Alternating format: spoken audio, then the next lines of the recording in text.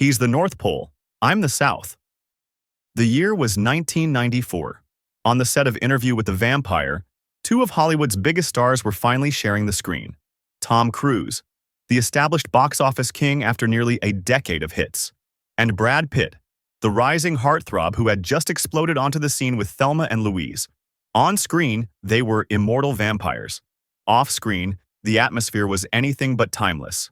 It was tense, cold, and suffocating. Years later, Brad Pitt admitted that filming felt like being trapped in darkness for 6 straight months. He described his relationship with Cruise in one sharp line. He's the North Pole, I'm the South. Two opposite poles that could never meet. And from that moment on, Pitt vowed never to work with Tom Cruise again. That decision shaped the way fans and the media viewed them for the next 3 decades. Who was sexier? Who was more powerful? And why did the two biggest stars of their generation never share the screen again?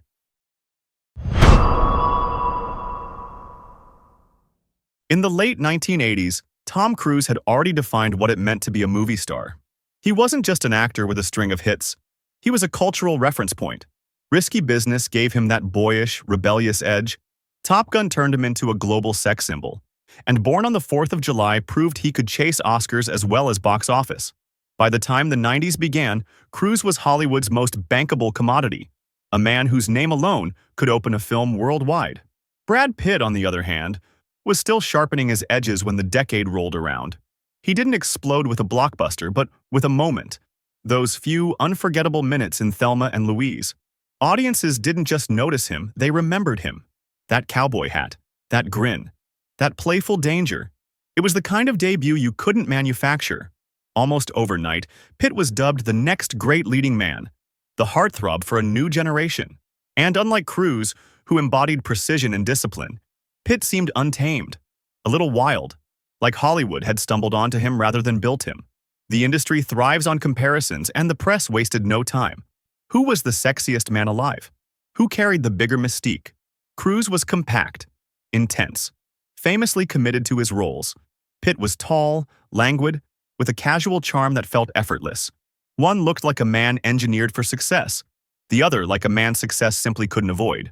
For studios, the contrast meant choices. Cruise was the guarantee. Safe for global marketing, perfect for action, the ultimate professional. Pitt was riskier but trendier, the actor who could draw young audiences and lend credibility to edgier projects. And for audiences, the comparison became entertainment in itself. Magazines put them side by side. Late-night hosts floated impossible hypotheticals. If you had to choose, Cruise or Pitt. The mythology of rivalry was already written, even before the two men had ever shared a set. And that mythology would soon be tested. Because in 1994, Hollywood did what Hollywood always does when it smells sparks. It put its two brightest stars in the same movie. The result was Interview with the Vampire. And it would change the way people thought about Brad Pitt and Tom Cruise forever. When Interview with the Vampire went into production in 1994, it seemed like the perfect collision of talent and timing. Anne Rice's Gothic novel had been a cultural phenomenon, dripping with themes of immortality, desire, and damnation. Warner Brothers wanted the adaptation to be an event, and casting was the weapon. Tom Cruise would bring the guaranteed box office. Brad Pitt would bring the heat of the moment. On paper, it was balance. On set, it was imbalance of the sharpest kind. Cruise was cast as Lestat, a flamboyant, almost theatrical vampire who revels in immortality. Pitt played Louis, the brooding soul tortured by eternal life. The roles themselves mirrored the men behind them. Cruise the extrovert, relishing the spotlight, Pitt the introvert, drowning in it. The story called for their chemistry to be electric. Instead, behind the cameras, it was ice. The shoot was grueling. Filming stretched over 6 months in London, with long nights, heavy costumes, and endless hours in candlelit darkness. Pitt later admitted that he sank into depression during the production, describing it as being trapped in a dungeon. He even tried to buy his way out of the contract, but the studio reminded him it would cost $40 million. So he stayed, quietly miserable. While across from him, Cruise attacked every scene with manic precision. Their styles could not have been more different. Cruise prepared like an athlete, rehearsing relentlessly, dialing every gesture to maximum effect. Pitt worked from mood, letting his discomfort and weariness seep into Louis. For the camera, the contrast sometimes worked. For Pitt, it was suffocating. Years later, when asked about Cruise, he summed it up in one line that still haunts the story. He's the North Pole, I'm the South. Two opposite poles, destined never to meet. The tension was never loud. There were no on-set screaming matches, no public meltdowns. But the silence was telling. Crew members described the pair as distant, rarely seen talking outside of their scenes. To the press, it became easy shorthand. Pitt and Cruise didn't get along. To the fans, it became something larger, a hidden feud between Hollywood's most magnetic men. And yet, the film itself worked. Interview with the Vampire was a box office success, praised for its lush production and daring casting. Cruise won over skeptics with his performance as Lestat, while Pitt's melancholic Louis gave the story its aching heart. But for Pitt, the experience left scars. He would later confess he had no desire to repeat it. One collaboration was enough. From that moment forward, the myth solidified. Two stars, opposite in style and temperament, had finally shared the screen and decided it wasn't worth doing again. What should have been the beginning of a powerful Hollywood pairing became, instead, the end. And in that quiet ending, a rivalry was born. After Interview with the Vampire, the two men walked away from each other and never looked back. The film had succeeded, but the experience had drawn a line neither wanted to cross again. From then on, their careers became parallel tracks, close enough to invite comparison but never intersecting. For Tom Cruise, the mid-1990s were the perfect runway for his next act.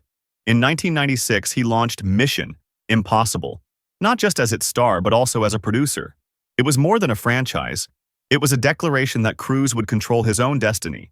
He became Hollywood's most reliable action hero, blending charisma with daring stunts that no other A-lister was willing to risk. While controversies swirled, his devotion to Scientology, his increasingly guarded personal life, on screen he remained unstoppable. Brad Pitt took a different route. Instead of building a franchise, he chased roles that bent or broke expectations. C7N, 1995, established him as more than just a pretty face. Fight Club, 1999, made him a countercultural icon. Troy, 2004, cemented him as a global leading man. Where Cruise doubled down on discipline and spectacle, Pitt embraced unpredictability, switching between gritty dramas, romantic leads, and blockbuster epics. The press, of course, kept the rivalry alive. Every magazine profile turned their divergence into a contest. Cruise the clean-cut action god, Pitt the rebellious sex symbol. People magazine crowned both men sexiest man alive in different years, as if to alternate the throne. The subtext was always the same. Hollywood didn't need them in the same movie anymore because the comparison itself was the entertainment. In the end, their separation didn't diminish them. It defined them. By refusing to reunite, Cruise and Pitt allowed the myth of their incompatibility to grow stronger, and that myth carried more weight than any sequel ever could.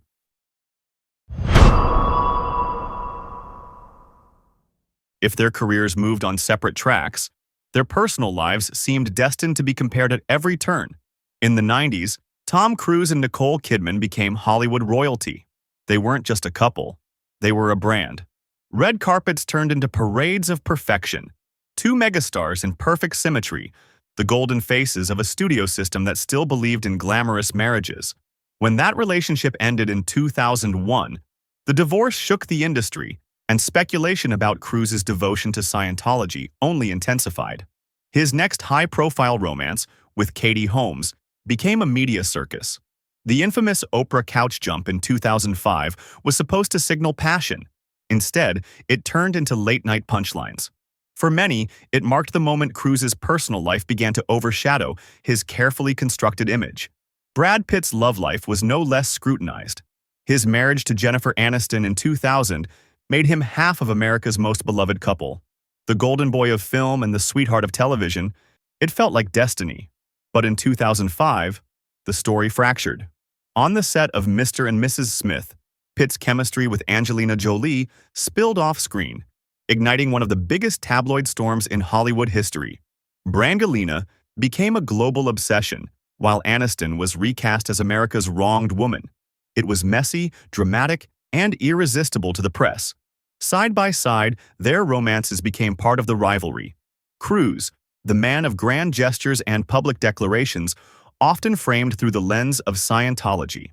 Pitt, the man who toppled a beloved marriage and then built a modern family with Jolie, only to see it collapse years later in bitter divorce. One was ridiculed for being too performative, the other vilified for being too reckless. Magazines didn't just cover their films, they staged their lives like dueling soap operas. Who had the more glamorous partner? Whose scandals were more scandalous? At times, it felt like a competition not just for box office supremacy, but for the title of Hollywood's sexiest, most talked-about man. And so the narrative hardened. Even when they weren't on screen together, Cruise and Pitt couldn't escape each other. Their names were tethered. Two personal lives, two sets of headlines, one endless comparison.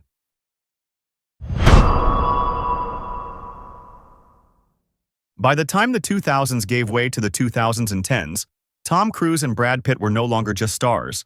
They had become archetypes.